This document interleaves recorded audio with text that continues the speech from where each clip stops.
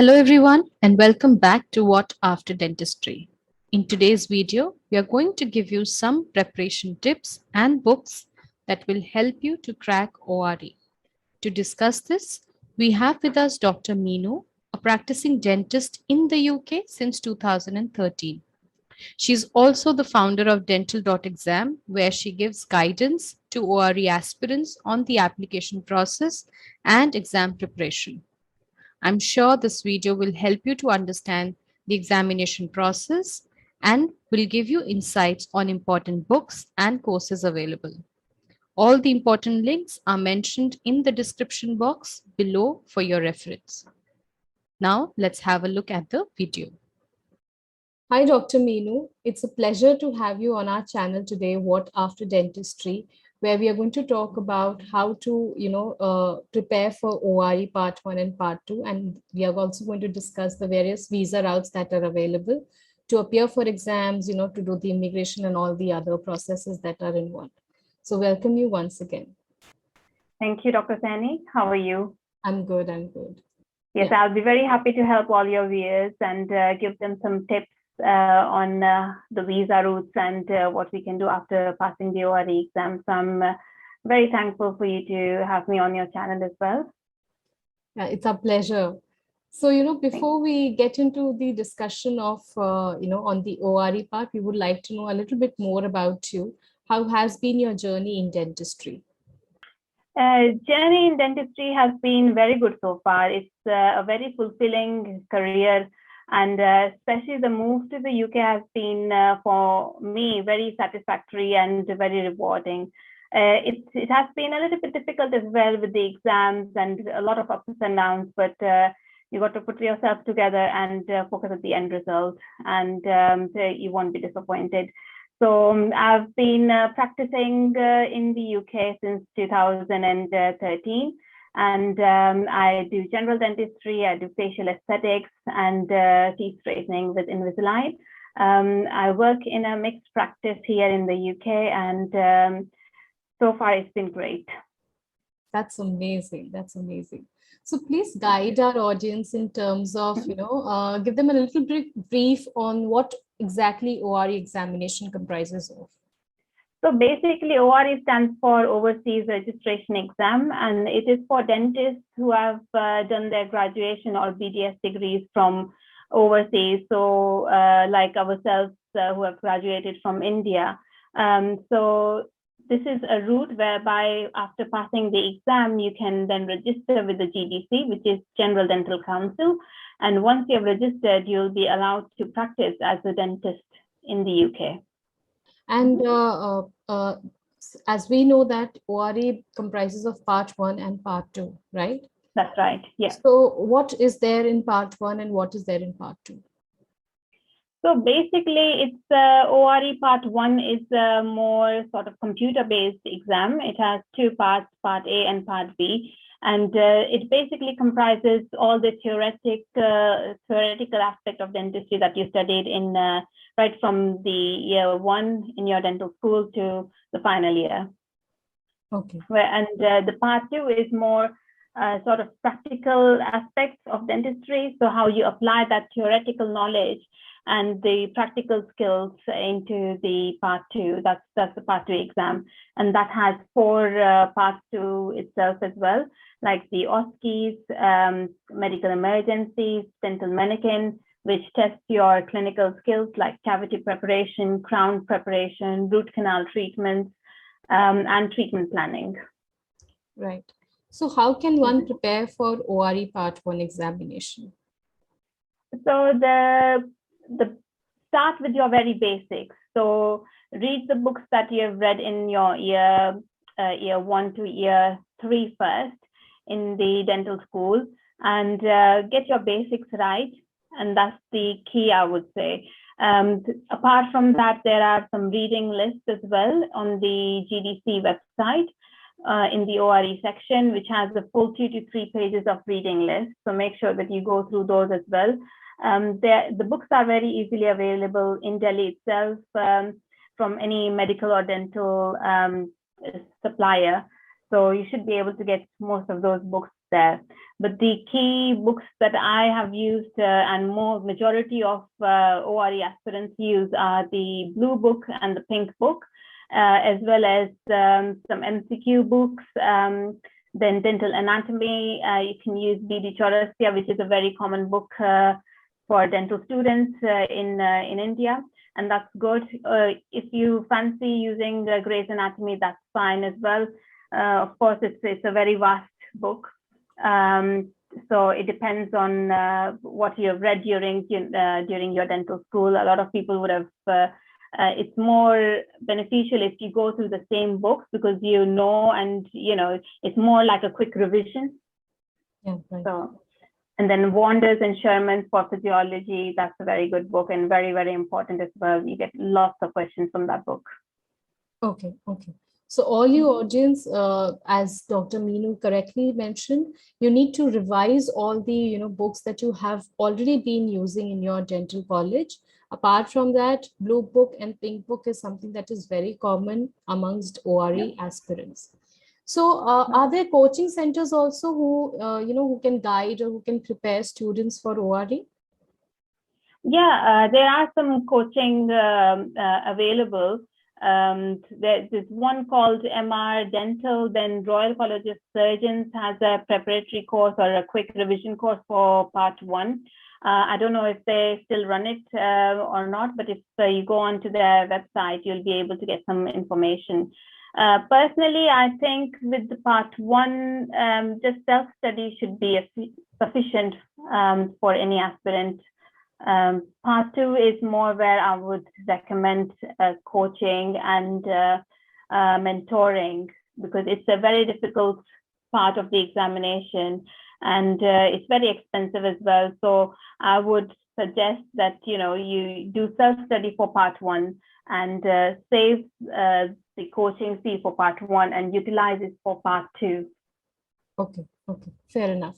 And then once you clear part 1, what is the how does the part 2 happen? So how can one prepare for part 2? So part 2 is very, very extensive. So it's more about the cavity design, cavity preparation. Again, the guidelines on what they expect out of your mannequin session is given on the GDC website, and just follow it word to word. But in terms of preparation, you would need a study partner for your diagnosis and treatment planning exercises. You would be given a case, and you would have to take some history, make diagnosis, investigations, and all that. You'll have to write in your answer sheet. There would be examiner who would be with you at all the times. There would be a live patient, and you cannot examine the patient, but you will have to ask the questions, like you take a history, for example, a pain on the upper right. So you will ask all those questions from the patient, you'll make notes, and then you'll be given some time where you kind of assimilate all your investigation diagnosis, and then you present your case to the patient with all the treatment options. So that's basically diagnosis and treatment planning. And for this, you would need someone to practice talking and practice presenting your case. So a study partner is a must, I would say. It doesn't have to be another person who's giving the exam. It could be anyone, a friend who is non-dental, or maybe your husband, your partner, or your parents even. Sometimes it helps not to have anyone from the dental background, because if you're using any jargon, then they would ask, oh, what does that mean? And that is a very good way of practicing as well. Because if you use jargons in your exams, that's a negative point for you. So. Oh, okay. So yeah. Are there books also available for ORE part 2 with these exercises as you mentioned? There is a Kathleen Fan book for OSCEs, and if you revise those exercises for OSCEs and then go through the past questions and what was asked in the past few examinations, that should be sufficient. Okay, fair enough. And any good portals or forums if you are aware of? Yeah, so again, in terms of preparing for the part two for diagnosis, treatment planning, and OSCEs, Royal College of Surgeons does a very good course, and that's very, very recommended and very useful. So definitely go for that course. There is another one which is done by MR Dental, and they do the mannequin. They do the other parts as well, but their mannequin is especially very, very good. Again, with what the mannequin does is that you have to practice on the teeth, and there are specific teeth that are used in the examination. So I would suggest that you buy those teeth and you practice doing crown preps, composite fillings, and class 2s on those particular teeth. But you need some guidance on that first. So go for the MR dental course. Okay, fair enough. So all your audience, make sure that you have these pointers written down somewhere and you work on these things. You can contact these, consultancies or organizations which can help you in preparing the for both ORE part 1 and part 2. So now, very important aspect, and that we, most of the times we get this question is, once I clear ORE part 1 and part 2, what next? What should I do next? How will I find a job? So basically, the first step after passing the Part 2 examination would be registering with the GDC first. So paying their fee, filling out a form, and getting your registration. And then there are a lot of job websites like Indeed, and you can look for jobs which specifically are for overseas dentists, or you can look for the terms called like PLVE or VTE dentist, and those are the jobs that you're looking for basically, and that's basically for NHS dentistry. If you want to come to UK and do private dentistry, you don't have to go through this route, but again, with private dentistry there are not many choices for overseas dentists, in my experience.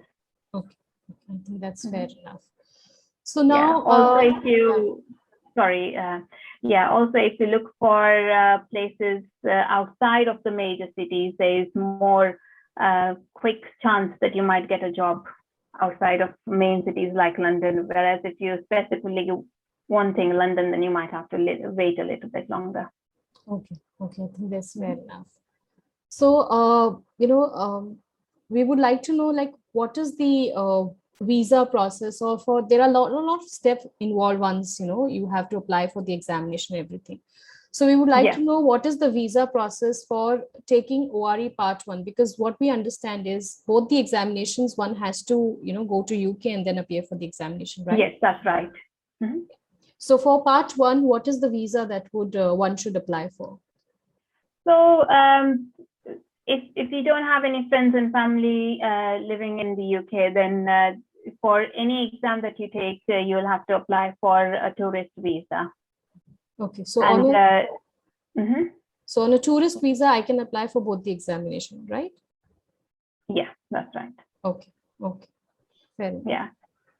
So the government.uk website has all the guidelines for applying for tourist visa. Make sure that you go through those and you follow the guidance, and that should help you almost feel like you're pretty much confident with your application for the visa. Okay, fine. And once the candidate gets the job, so once you get the job, then the work permit visa, is it sponsored from the employer, or I will have to do the process from my end? Yes, after you've done your registration with the GDC and you are looking for the employer, make sure that they are tier 2 sponsors, or they have got the license to sponsor you. And it would be them, they would have to go through the process of application for you. And it's something called certificate of sponsorship that you will get. And based on that, you will then apply for a visa for yourself. But that's the key certificate that you need. Once you've done the part 2, then you have to apply for either a tier 2 visa or a skilled worker visa. This is a new term now, or a healthcare worker visa. Okay. So these are the terms that one has to understand. Look for, yeah. Okay, fair enough. And what about the permanent residency? Is it applicable in UK? Yes. So once you have been on the skilled worker or healthcare worker visa or a tier 2 visa for 5 years, then you can apply for permanent residency, or it's called the indefinite leave to remain or permanent settlement.